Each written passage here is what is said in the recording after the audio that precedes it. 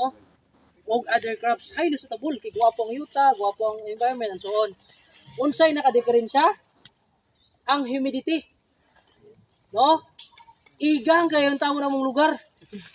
Sa experience ninyo? Yes, sir. Pastang igang nga. So unsay nahitabo anak kung nagbuntag na matay metabolism gihapon kung naatay kung kinaigang ta. No? Kung igang siya. So assignment pa na ninyo ha, pangalan na unsa na siya. So unsay nahitabo? Ang harvesting namo sa mong oil palm every 10 days. Dili siya 15 days.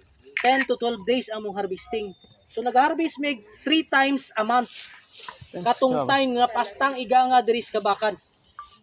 Kay kung di na mo harveston malata naman siya. So mo na siya pinakanindot kong lulan. Paspas ang production kay taas ang yang humidity. Igang kaayo. O kay bisag gabi na siya production na siya paspas ang iyang food tawag ni production gihapon. So mao na siya ang sikreto nila di ay sa Vietnam nga isa sila sa pinakadako. Og aside from that, ang ilang kape irrigated. Ang ilang kape. No, naa siya tubig sa tapin. Kay gabi good ka sensitive ang kape o cacao pod labi na kung wala nay tubig. So kanang amo tanawa dugay-dugay po siya naka-recover kay naigo man na siya og katong wala init na duha ka bulan. Ay wala tubig duha ka bulan. Although nag-irrigate may pero maigo gihapon siya. No? Ganyan na. So lastly, no, gina-implement ko nila nga dapat ang iyang sanga first pruning tulo. Anak sa dinseng pagbilid mo tulo ing ana ang style naka-triangle so sahay ginabutan na sa bakal o kuan palian ko para mag-split no sa ingani pwede na siya o ingani mo something meters okay so anong tulo man no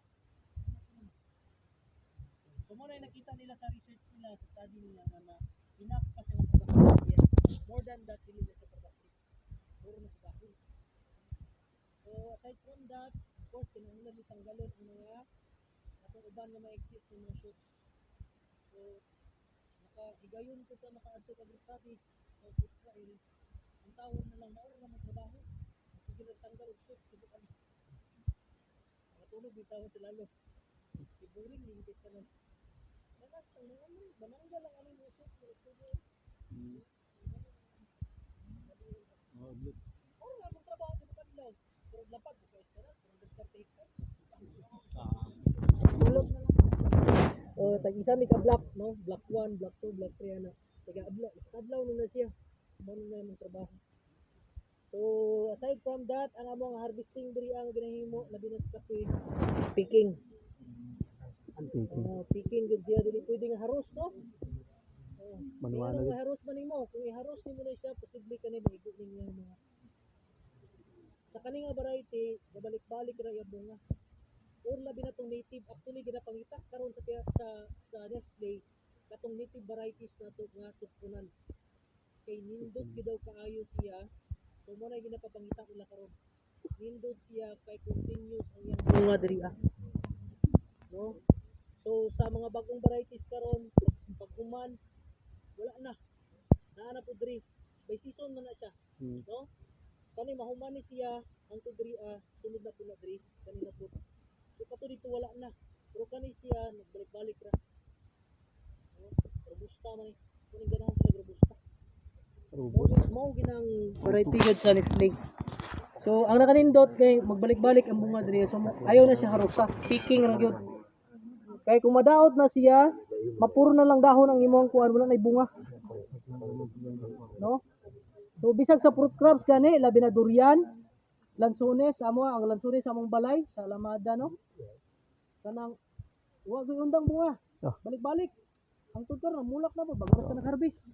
Nana pay bulak ron. Sunod na. Kay ngano man, wa na ko ginapasak-an. Kay once kanang iyang ani gani magasgas ni siya. No, kanang yang iba asa man gagawas ang bunga di ba dito lang sa iyang kuan? Oo, sa stem niya. So kung maigo to yung mga bark ani, wa na. Way mo gawas na kay gasgas naman. So ayaw ni patanduga. Labi na sa lansones no, pasungkit or hagdan. Kay naa siya possibility nga mudaghan gyapon yang bunga didto gyapon nga portion. No, unsay nahitabo sa atong mga lansones karon kung makita ninyo, way bunga sila lalom. Wala, Taas taas. tanan. Kaya naman dito ang mga tanaw i-maintain ninyo ang iyang pagka virgin bark. No?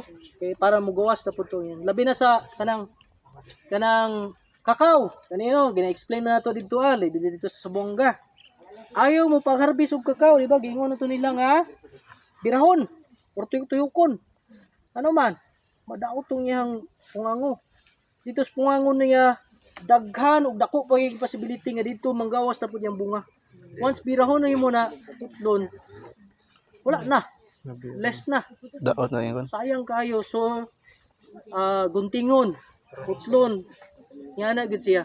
Kaya para katong gawasan na po sa bungas kakao, na po yung masunod na po. Dito ro gihapon nga pungango.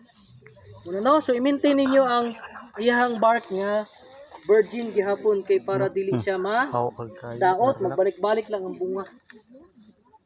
So far wala kami nakitaan. Ang pinaka-common nga among problema kaning area ha, no? So of course mag-assess tag kuan, mag-assess ta og kanang disease, no? Ug mga test, no? Tanawon kung naay kagat, bali-balihon kung naay mga basa-basa diha, naglawa-lawa ng fungus, na no? Kung wala, kung naagay po si symptom nag-yulo-yulo, nag-curling siya para sa ning amo diri nag-curling ang among lansones. Deficient diya siya og buron. So kani manggod siya ang among setup 3 yearly gini siya nga kinakuhaan og analysis micro ug macro. Ang una na mga analysis ipadala tanan 1,000 nga sample sa Australia. Diwa man tay laboratory. So karon sa isa na lang. Kompleto na mo. Ini kan din.